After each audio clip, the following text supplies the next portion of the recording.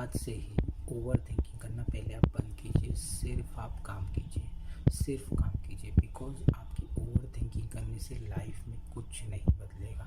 आप चाहे दुनिया की स्ट्रेस ले लीजिए, चाहे आप दुनिया का टेंशन ले लीजिए, जब तक आप अपने हाथ पैर का यूज़ नहीं करेंगे, आप काम नहीं करेंगे, तब तक कुछ लाइफ में नहीं बदलाव होगा।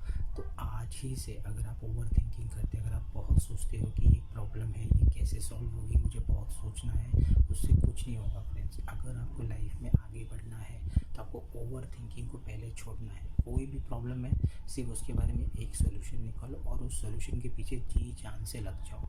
वो प्रॉब्लम सॉल्व होगी ही होगी। लेकिन उसके लिए सबसे पहले आपको एक माइंडसेट बनाना है कि मैं प्रॉब्लम पे फोकस नहीं करूँगा। प्रॉब्लम के बाद जो सोल्यूशन मैंने जो निकाला है, मैं सोल्यूशन फोकस्ड होऊंगा। जिस दिन आप सोल्यूशन फोकस्ड हो जाएंगे, उस दिन आपकी लाइफ ड्रास्टिक चेंज होगी और आप लाइफ में बहुत खुश रहेंगे। तो आज ही से ओवर थिंकिंग बंद कीजिए, सोल्यूशन थिंकिंग शुरू कीजिए। सोल्यूशन मेकर को दुनिया एक्सेप्ट करती है। Be a solution maker, that's it.